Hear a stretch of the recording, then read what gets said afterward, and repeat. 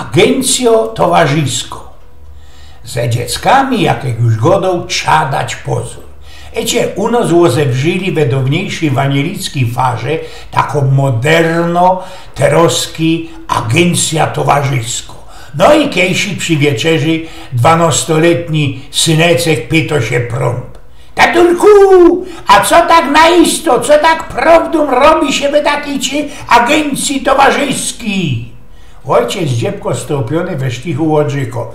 Ano, synecku, tak zaobyć to idzie pedzie, co tam we tej agencji robi się człowiekowi, znaczy się hopowi, dobrze, za pieniądze.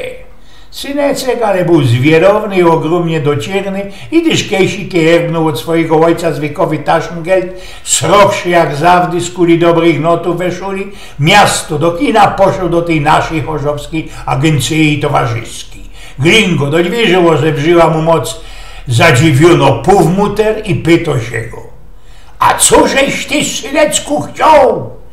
Ano, paniczko, człowiek, co by mnie sam zrobili dobrze, mam pieniądze, mam i to mocka.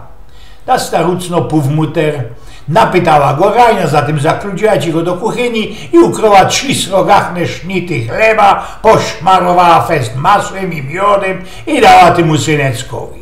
Na odwieczę synecek wkarrował do chałupy i już od proga wrzesy obynajęty na cołki karpenter. Mamolko, tatulku, byłek ci dzisiaj w tej naszej nowej agencji towarzyskiej.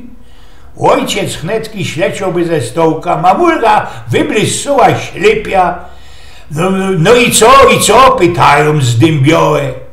2 smugi, ale ta trzecio to ino wylizą.